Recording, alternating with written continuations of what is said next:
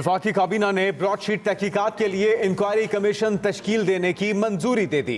जराये के मुताबिक broadsheet commission एक रुकनी सिर्फ जस्टिस रिटायर्ड अजमत सईद पर मुश्तमिल होगा। कमीशन हुदैबिया पेपर मिल्स और सरे महल की भी इंक्वायरी करेगा। इंक्वायरी कमीशन ब्रॉडशीट के मामले की जामे तहकीकात करेगा। Broadsheet inquiry commission commission of inquiry act 2017 के तहत तश्कील दिया जाएगा। वफाकी काबीना ने F9 पार्क के बजाय इस्लामाबाद क्लब को गिरवी रखने की मंजूरी दे दी। वजीर इत्तलात शिबली फराज कहते हैं, हमारा फर्ज है ब्रॉडशीट मामले की तहकीकात कराएं। वज़ीर आज़म की तमाम वुज़रा को पार्लियामेंट सेशन में शिरकत की हिदायत। इमरान खान की F9 पार्क को गिरवी रखने की मुखालफत।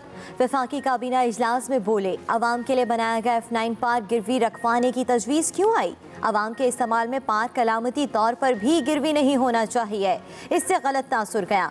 अगर ये अमली तौर पर गिरवी रखना नहीं होता तो वज़ीर आज़म हाउस को गिरवी रख देते।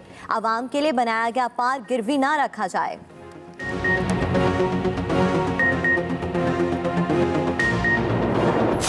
नैब के खिलाफ प्रोपेगेंडा सिर्फ वो लोग कर रहे हैं जिनके खिलाफ या इंक्वायरी चल रही है या इन्वेस्टिगेशन हो रही है। जो मुल्ज़िमान हैं वो मलिक और चौधरी बन गए हैं और जो नैब है वो कटाड़े में खड़ा है। वो माजी हुआ करता था जब कोई नहीं पूछता था, अब पूछने वाले भी मौजूद हैं। नैब और पाकिस्तान साथ साथ चल सकते हैं, करप्शन और पाकिस्तान साथ साथ नहीं चल सकते।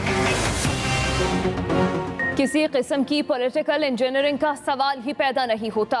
अपना काम बड़े इत्मीनान से कर रहे हैं। चेयरमैन नैब से कोई धौंस या ब्लैकमेलिंग नहीं हो रही है।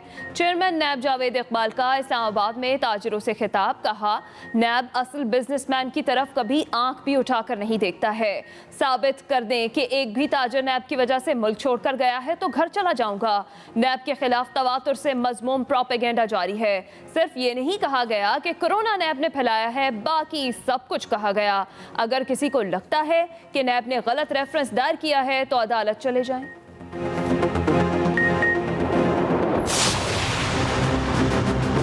वो अदारा जो एहतसाब का अदारा समझा जाता है, आज वो खुद काबिल एहतसाब है। उससे पूछने वाला कोई नहीं। जो केस बन रहे हैं वो झूठ के बुलंदे के अलावा कुछ भी नहीं। वो पॉलिटिकल इंजीनियरिंग का एक तरीका है।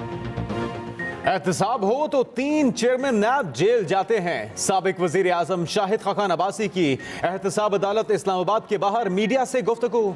कहा, नैब प्रोसिक्यूटर जनरल ब्रॉडशीट में गवाह बना, कोई पूछने वाला नहीं। जो सवाल हमसे किए जाते हैं वो दूसरों से भी किए जाएं। हमारे खिलाफ बनाए जाने वाले केस सिवाय झूठ के और कुछ नहीं। आज नैब से पूछने वाला कोई नहीं। अदालतों में कैमरे लगाकर देखा जाए कि करप्शन किसने की।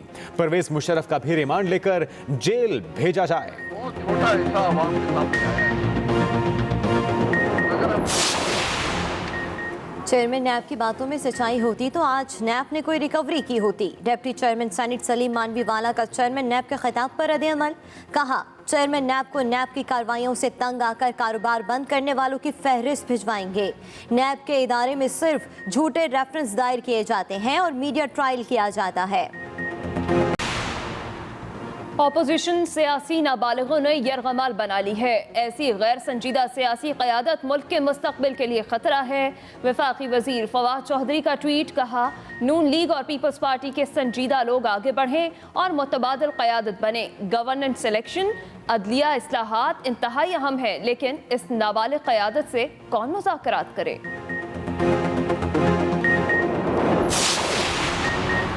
पीडीएम के सरबराह मौलाना फजलुर रहमान का साबिक सदर आसिफ अली जरदारी से टेलीफोनिक राबता। मुल्की सियासी सूरत हाल पर तबादला ख्याल। दोनों का सरबराही इजलास से कबल हुकूमत मुखालिफ तहरीक को तेज करने पर इत्तेफाक। दूसरी जानिब साबिक वजीर आजम नवाज शरीफ का भी मौलाना फजलुर रहमान से टेलीफोनिक राबता हुआ। तर्जुमान JUI की तस्दीक।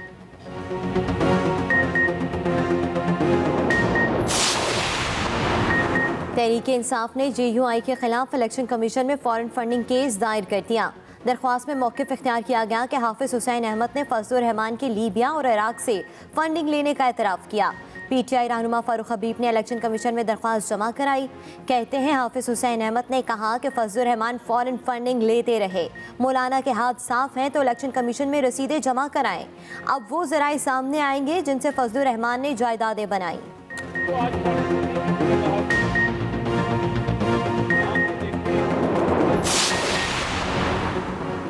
मौलाना फजलुर रहमान के भाई ज़ियाउर रहमान नैब ऑफिस में पेश। नैब तहकीकाती टीम की जानिब से ज़ियाउर रहमान से 1.5 घंटे पूछताछ की गई। मीडिया से गैर रस्मी गुफ्तगू में ज़ियाउर रहमान का कहना था जो सवालात किए गए उसके जवाबात दे दिए, तमाम सबूत और दस्तावेजात पेश कर दिए हैं।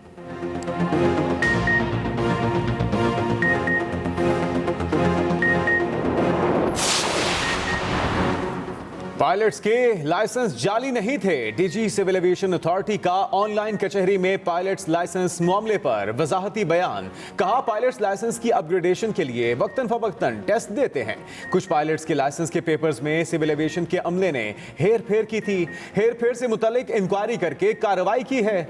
50 पायलट्स के लाइसेंस जाली होने पर मनसूख कर दिए गए।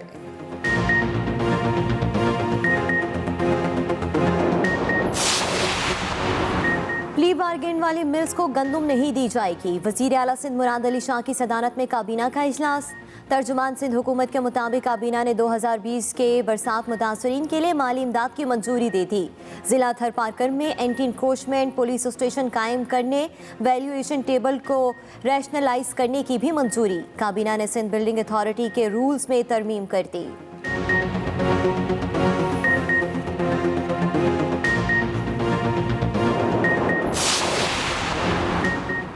ऑपोजिशन लीडर शहबाज शरीफ की लाहौर की एहतसाब अदालत में पेशी। शहबाज शरीफ ने चीनी सफीर की जानिब से दिया गया एजाजी खत अदालत में पेश कर दिया। कहा चीन ने मेरे लगाए मंसूबों की तारीफ की। एक कैदी के लिए चीनी सफीर का खत किसी एजाज से कम नहीं। नैब प्रोसिक्यूटर बोले खत का इस केस से कोई ताल्लुक नहीं, अदालती वक्त ज़ाया ना किया जाए। जज बोले पहले ही शहबाज शरीफ को कहा है सिर्फ केस के हवाले से बात करें।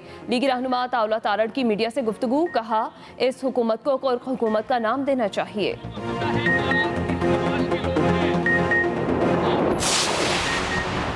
वसीम अकरम प्लस का इंतहाई अहम स्पेल शुरू हो चुका। कल एक विकेट उड़ाई, आज भी एक विकेट उड़ा रहे हैं। निशात डाहा ने वजीर आला की हिमायत का ऐलान किया है। मुअव्विन खुसूसी फिरदौस आशिक अवान की प्रेस कॉन्फ्रेंस। मजीद कहा एक दिन नून लीग की पूरी टीम को क्लीन बोल्ड करेंगे।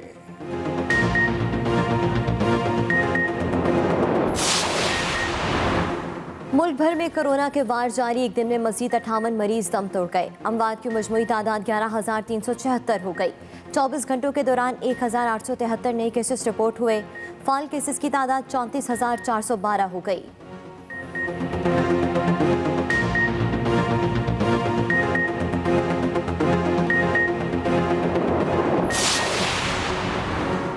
लाहौर, मुल्तान और डीजी खान में यूनिवर्सिटी तलबा सरापा एहतजाज।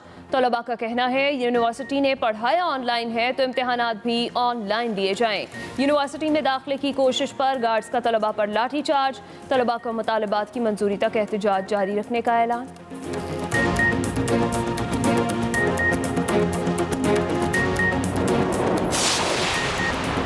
ऑनलाइन इम्तिहानात का मामला, यूनिवर्सिटीज के वीसीज मुत्तफिक न हो सके। ऑनलाइन इम्तिहानात पर वाइस चांसलर्स तकसीम। ऑनलाइन इम्तिहान से तलबा की तैयारी के असल मेयार को परखना मुश्किल है, कुछ वाइस चांसलर्स का मौक़िफ़।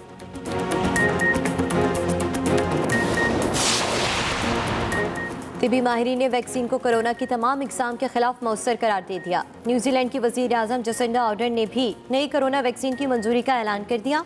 हॉलैंड में लॉकडाउन के खिलाफ शदीद एहतजाज। दुनिया में कोरोना केसेस की तादाद 10 करोड़ से तजावुज़ कर गई। हलाकतें 21,50,000। 7 करोड़ 23 लाख मरीज सेहतियाब हो चुके।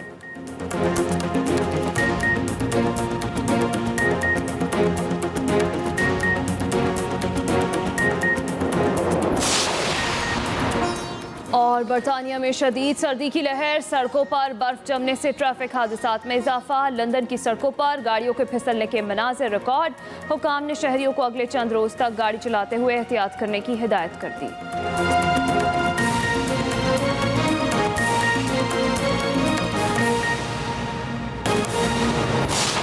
के लिए इंक्वायरी कमीशन तश्कील देने की मंजूरी दे दी है। वफाकी काबीना ने ब्रॉडशीट तहकीकात के लिए इंक्वायरी कमीशन तश्कील देने की मंजूरी दे दी। ब्रॉडशीट कमीशन जस्टिस रिटायर्ड अजमत सईद पर मुश्तमिल होगा। कमीशन हुदैबिया पेपर मिल्स और सरे महल की भी इंक्वायरी करेगा।